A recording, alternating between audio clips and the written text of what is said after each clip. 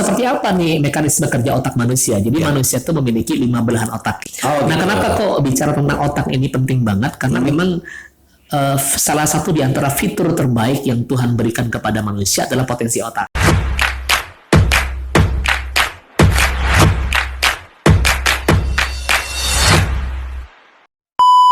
Ya, Assalamualaikum warahmatullahi wabarakatuh, sahabat Alas TV dimanapun berada. Kali ini kita jumpa lagi dalam siaran Alas TV menggelar kembali pada hari ini, hari Sabtu tanggal 10 September 2022. Sahabat Alas TV dimanapun berada, kita saat ini memang akan mengambil tema yang tidak seperti biasanya. Biasanya kita bicara tentang masalah pendidikan, bicara masalah tentang hal lainnya. Tetapi kali ini kita menghadirkan seorang narasumber yang narasumber ini tentu saja akan menjadi sebuah instrumen pencerahan sekali buat sahabat Alas TV semuanya. Karena kami yakin, kami siapkan agenda ini adalah sesuatu yang paling baru buat teman-teman semuanya. Dan kami juga nih dengan tim memang tidak mudah juga ya untuk mendapatkan waktu beliau nih, karena memang kesibukan beliau dan lain sebagainya. Kita sudah mengarrange 3 bulan kita baru ketemu jadwal untuk menjadwalkan beliau di studio Alas TV ini. Dan alhamdulillah kali ini kita akan mengambil tema tentang Stephen sebagai basis data kecerdasan genetik. Siapa dia? Langsung saja kita sapa Solver Reza. Assalamualaikum Solver. Waalaikumsalam warahmatullahi wabarakatuh. Sehat ya? Alhamdulillah. Alhamdulillah. Lancar jalan? Alhamdulillah sehat. Lancar ya? Jalan ya? Siap. Solver, ini kan tentang Stephen ya. Hasil survei kita sebelum kita melakukan siaran ini ternyata emang masih sedikit sekali kok yang mengenal tentang Stephen ya. Mereka taunya kalau mengetes tentang aspek psikologi misalnya kepada psikiater, kepada psikolog gitu ya. Ini Stephen ini barang apa ini dan sejak kapan gitu ada gitu? Oke, baik Pak. Terima kasih ya Pak Yahya ya. Jadi Stephen ini bukan nama orang ya. Bukan nama orang ya? Iya, bukan nama kritik. Jadi jangan tanya ke saya Pak apakah pedas atau rasanya gurih ya. Tapi Stephen adalah sebuah konsep mesin kecerdasan. Jadi Stephen itu akronim atau akronim ya. Singkatan. Singkatan dari sensing, thinking, intuiting, dan insting. Oh ya, sorry, kita ulangi lagi pemirsa nih. Stephen itu ternyata akronim sensing, thinking, intuiting, feeling, dan insting. Nanti kita bikin kuis setelah di ujung nanti di komentar nanti ya. Oke, lanjutkan Coach. Oke, baik. Jadi Stephen sebagai sebuah konsep itu membantu banyak orang untuk mengenali apa sih potensi kelebihannya, apa sih kekuatan utamanya, apa sih yang menjadi keistimewaannya, sehingga seseorang tuh bisa fokus mengoptimalkan apa-apa yang menjadi kelebihan dirinya. Oh, dalam setiap diri manusia itu pasti punya potensi itu ya. Nah, bagaimana cara kita mengcapture, memotret kelebihan diri seseorang? Maka salah satu di antara cara memotret potensi kelebihan dengan menguraikan cara kerja otaknya. Cara kerja otak ya, karena otak kan kalau kita juga pernah beberapa kali memotret misalnya minat bakat anak gitu ya dari guru BK. Itu melalui interview kok. Apa bedanya dengan itu Coach? Nah, perbedaannya kalau sebagian cara untuk membedah potensi atau karakter seorang berdasarkan fenotip yang tampak ya, sehingga menggunakan metode observasi visual, wawancara, paper test dan segala macam. Nah, karena konsep Stephen ini membongkar potensi seorang berdasarkan cara kerja otaknya, sehingga yang diukur bukan menggunakan pendekatan behavioristik tadi itu. Oh gitu. Tapi yang diukur berdasarkan cara kerja otaknya. Cara kerja otak beda dengan cara behavioristik tadi yang digunakan melalui interview gitu ya. Oke. Jadi bukan perilaku yang tampak, tapi bagaimana mekanisme kerja otaknya tadi. Mekanisme kerja otak seseorang. Ya. Berarti hampir bisa dipastikan syarat utamanya punya otak. Gitu menurut saya. Oke. Jadi syaratnya harus punya otak. Harus punya otak. Siap. Oke, nah seperti apa nih mekanisme kerja otak manusia? Jadi manusia itu memiliki 5 belahan otak ya. 5 belahan otak dalam setiap kepala manusia. Iya, 5 belahan. Bedanya dengan hewan, kalau hewan 3 belahan otak. Kalau kita kan tahunya kan ada 2 ya, ada depan, belakang gitu. Iya. Jadi ada kiri, kanan gitu, atas dan bawah gitu. Kalau dalam konsep Stephen ini ada 5 belahan otak. 5 belahan otak. Jadi ada otak kiri bagian bawah atau limbik kiri, ada kiri bagian atas atau neokorteks kiri, kemudian ada otak belahan tengah. Otak belahan tengah itu dari mulai batang otak turun ke bawah sampai dengan tulang ekor. Siap. Kemudian ada juga otak kanan bagian atas atau neokorteks kanan, dan kemudian limbik kanan bagian bawah. Wow, saya agak susah nih pemirsa menghafalnya, tapi pemirsa juga pasti pengen tahu, nanti lihat aja ya tayangan ini lebih lengkapnya ya. Lanjut, Oke. Nah, dari 5 belahan otak yang manusia miliki ini, hanya ada 1 belahan otak yang dominan. Dan 5 itu, setiap manusia itu hanya ada 1 yang dominan. Ya, Oh, gitu. 1 yang memimpin, 1 yang menjadi rezim otaknya. Rezim otak yang lain itu nggak berfungsi atau Yang lain gimana? pendukungnya. Pendukung, penggembira, cheerleader ya, kalau kayak kita mah cheerleader, pemainnya ada, yang lainnya hore-hore, gitu kira-kira ya. Kalau di stasiun mungkin 1 yang jadi lokomotif, yang lain gerbongnya. Oh iya, satu komando yang lain gerbong. Gerbongnya gitu. Nah, maka yang dominan itu yang memimpin. Yang dominan itulah yang menjadi potensi terhebat seseorang. Oh, Nah, gitu. kenapa kok bicara tentang otak ini penting banget? Karena memang salah satu di antara fitur terbaik yang Tuhan berikan kepada manusia adalah potensi otak. Potensi otak. Ya, bahkan yang membedakan antara manusia dengan hewan, yang membedakan manusia dengan makhluk akalnya. adalah dia memiliki kemampuan berpikir tadi, kemampuan akal tadi atau otak tadi. Iya. Nah, disitulah kemudian Stephen membedah secara spesifik gitu kan cara kerja otak, yang dari cara kerja otak tadi itulah membentuk cara orang bertindak, bersikap, kemudian mengambil sebuah keputusan dalam kehidupannya. Berarti refleksi apa tuh seseorang itu tindak tanduknya itu, tingkah lakunya, karakteristik apa tuh perilaku sehari-hari itu merupakan cerminan dari otak yang dominan tadi, Coach. Iya, karena dari otak apa yang kita pikirkan itu yang kemudian kita lakukan ya. Yang kita lakukan ketika berulang-ulang itu yang menjadi tindakan berulang menjadi kebiasaan menjadi karakter. Nah, betul, karakter itu yang mengubah nasib. Siap. Apakah kemudian apa tuh dominasi otak tadi itu berpengaruh dengan genetik? Artinya kalau si A misalnya pengaruh apa tuh tadi feeling, apakah itu berarti orang tuanya atau anaknya juga akan feeling? Nah, kalau konsep Stephen ya atau mesin kecerdasan Stephen ini dia genetik namun tidak dapat diwariskan. Genetik namun tidak dapat diwariskan. Kan kalau golongan darah, Coach, kan kalau orang tuanya A, ayahnya A, ibunya B, pasti anaknya itu nggak akan jauh dari situ ya. Ya, Itu beda dengan konsep Stephen. itu kalau golongan darah itu genetik namun dapat diwariskan. Sedangkan mesin kecerdasan Stephen, potensi bakat alami seseorang itu bersifat genetik, melekat pada seorang sepanjang hidupnya namun bersifat unhereditary. Dia tidak dapat diwariskan. Artinya potensi mesin kecerdasan seseorang itu memang murni pemberian dari Tuhan. Ya, pemirsa, ternyata ini hal baru nih yang kita ketahui, pemirsa, bahwa kalau genetik dalam golongan darah itu adalah kalau orang tuanya A dan B, pasti anaknya tidak akan jauh dari situ, dan itu artinya genetik yang diwariskan. Tapi beda, pemirsa, ternyata dengan konsep genetik dalam kecerdasan seseorang. Itu bisa jadi kalau orang tuanya A atau B, anaknya tidak mesti A atau B, itu bisa jadi C. Kira-kira begitu, Coach? Iya. Tergantung pemberian anugerah yang diberikan oleh Allah itu seperti apa kepada masing-masing orang tadi.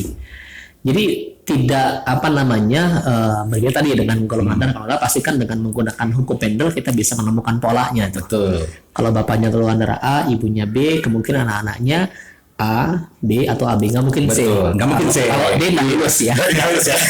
Itu benar file ya. Iya, iya. Kos kemudian gini, Stephen ini kan berarti kan kita mampu memotret hasilnya itu kan akan mampu memotret kecerdasan dominasi mana yang ada dalam belahan otak anak itu ya. Mengapa begitu pentingnya kita untuk melakukan tes Stephen? Ya, yang pertama ketika kita tahu ya mesin kecerdasan kita jadi tahu tuh jenis kecerdasan spesifik apa yang kita miliki. Apakah kecerdasan memorika, apakah kecerdasan fisika, apakah kecerdasan analisis kah, apakah kecerdasan kreativitas kah, apakah kecerdasan interpersonal kah? Iya, iya. Sehingga kita bisa tahu tuh kekuatan utama kita berada pada yang mana. Apakah kemudian hasil tes Stephen juga bisa mengidentifikasi misalnya minat bakat, kemudian kalau udah besar pekerjaan yang cocok apa, atau kalau misalnya dia nanti kuliah jurusannya apa, apakah itu juga berpengaruh terhadap dominasi kecerdasan otak seseorang? Ya, jadi dari hasil tes Stephen dapat banyak hal ya, ada ribuan informasi yang kita bisa bongkar ya. Dari potensi genetik seseorang tadi itu, kita jadi tahu misalnya jenis kecerdasannya apa, kita jadi tahu misalkan seseorang itu akan hebat diperankan, diletakkan seperti apa, dia akan apa pengharapannya, lalu seperti apa persona brandingnya, lalu bagaimana cara dia belajar, bagaimana cara meningkatkan semangat belajarnya, lalu apa profesi yang direkomendasi sesuai dengan DNA-nya, Oh, gitu. lalu apa paket kelebihan dan kelemahan yang dia miliki. Jadi banyak informasi-informasi yang barangkali ya kita tidak tahu atau bahkan kita nggak tahu. Kita sendiri nggak mengenal, kita nggak kenal tadinya. atau kita nggak kenal potensi anak-anak kita tadi itu, sehingga akhirnya kemudian gitu. kita tidak tahu bagaimana cara membersamainya, mengarahkannya, mengoptimalkannya. Betul, saya baca di beberapa browsingan tentang Stepin itu ternyata Stepin juga dapat dijadikan sebagai alat untuk, di sini lucu sekali coachnya, untuk apa tuh menjaga stabilitas hubungan rumah tangga. Itu maksudnya apa, Coach? Ini ngeri-ngeri sedap nih. Oke, jadi kan masing-masing kita ini kan diciptakan di dunia ini kan sebagai makhluk individu dan juga makhluk sosial kan. Nah, yang menarik adalah konsep Stephen juga mampu membongkar ya pola hubungan antar mesin kecerdasan, Iya.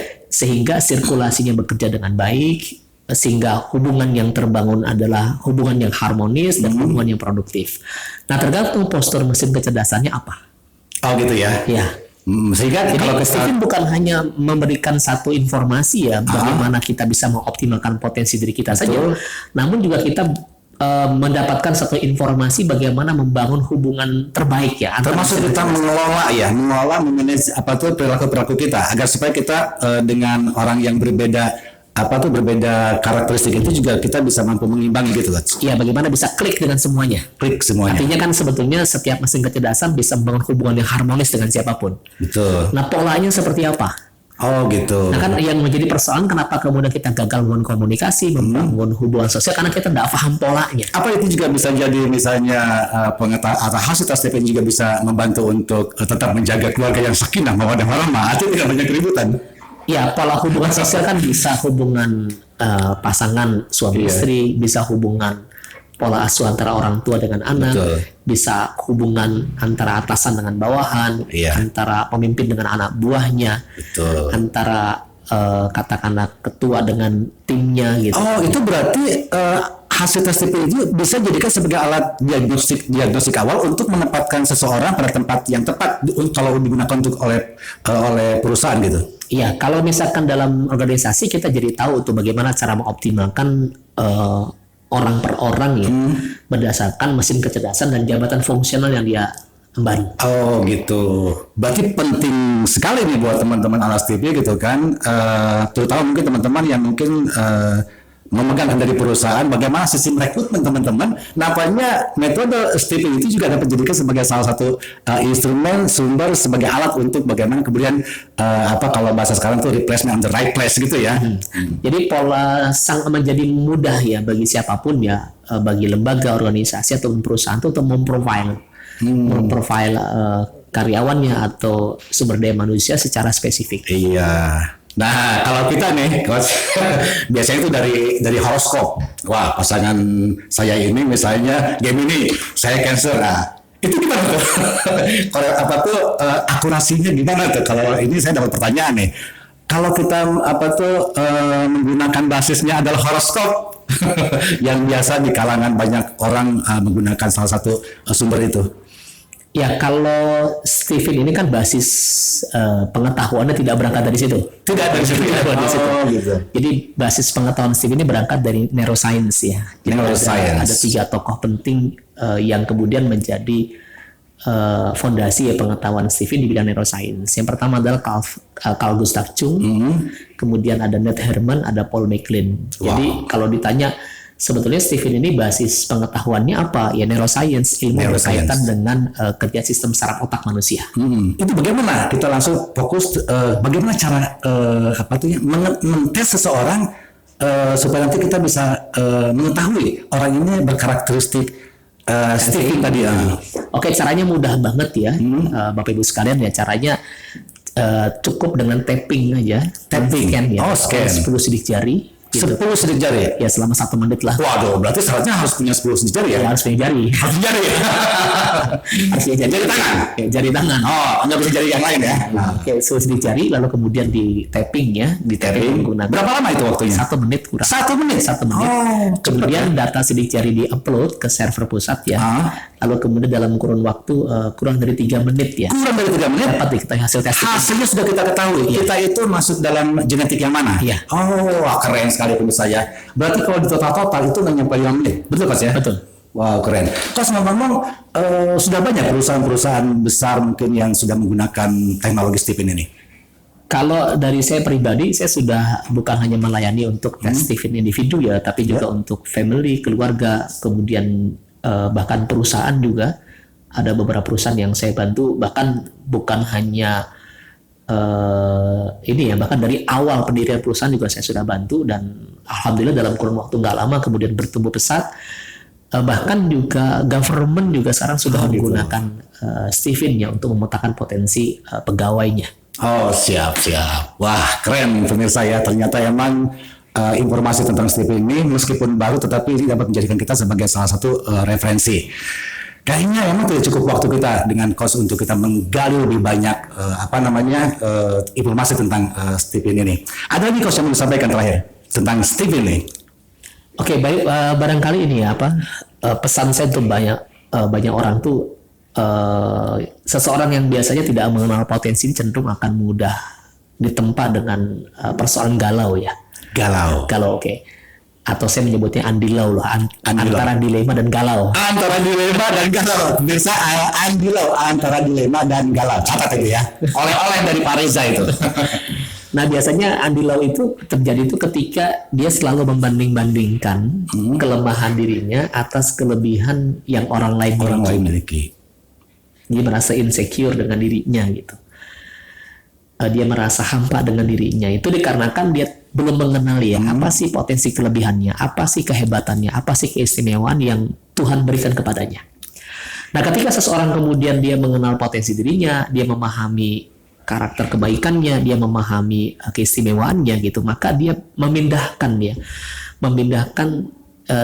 hidupnya ke dalam track syukur. Track syukur. Iya. Nah, kira-kira kalau payahnya lebih suka hidup di jalur syukur atau jalur sabar? Syukur. Oh, syukur ya. Syukur. Jadi bro, kita pengen pasti dominan di jalur syukur dong. Betul. Ketimbang sabar deh gitu. Kalau misalkan hidup sabar terus ya berarti sabar terus. Berarti nasib kita masih kita aja stagnan situ. Baik gitu kan.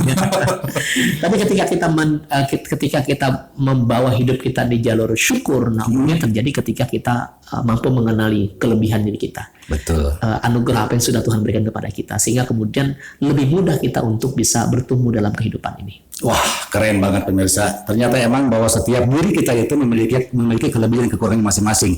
Tinggal bagaimana cara kita kemudian menggali potensi yang ada dalam kita dan kita upgrade untuk kita bisa jadikan sebagai sebuah alat untuk kita memperbaiki diri dan bermuasa diri, sehingga hubungan kita dengan keluarga, dengan masyarakat, dan dengan orang lain itu dapat berjalan dengan baik. Coach Reza, terima kasih banyak atas waktunya. Ya. Pemirsa, tentu waktu ini tidak cukup buat teman-teman mendapatkan informasi lebih banyak. Nanti teman-teman bisa lihat di layar nanti di bawah ini ada nomor kontak Coach Reza yang bisa dihubungi, gitu kan? Atau mungkin bisa menghubungi kita di MTS Alasya untuk bertanya lebih banyak lagi tentang tes Stephen. Coach Reza, terima kasih banyak atas waktunya. Mudah-mudahan Allah memberkahi Pak Reza. Syukur Pak Reza. Assalamualaikum. Assalamualaikum warahmatullahi wabarakatuh. Demikian pemirsa, sampai jumpa di lain kesempatan.